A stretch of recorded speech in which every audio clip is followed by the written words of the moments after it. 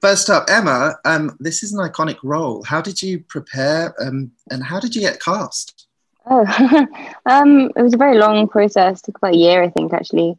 Um, yeah, it was kind of quite stressful and a lot of different stages, but in retrospect, all worked out brilliantly. At the time, very stressful.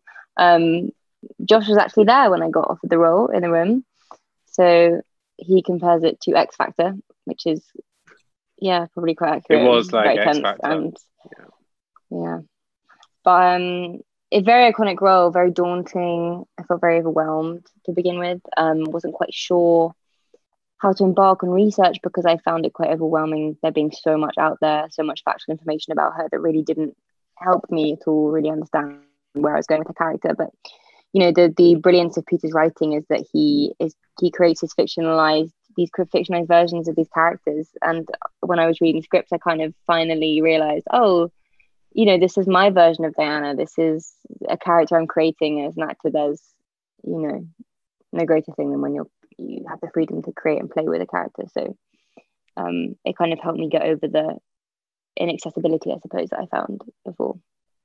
And Josh, you've said that Prince Charles is portrayed in a harsher light in season 4.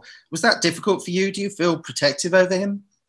Over the real Prince Charles, of course I do. Yeah, as I would with any human. But I think I've long since kind of let go of it being too much about a real person. I think it's it's pure melodrama, it's pure fiction, with punctuated with real historical events. But I do feel protective over my character. I feel very protective, and obviously when you're playing this, I remember there's a great bit of advice.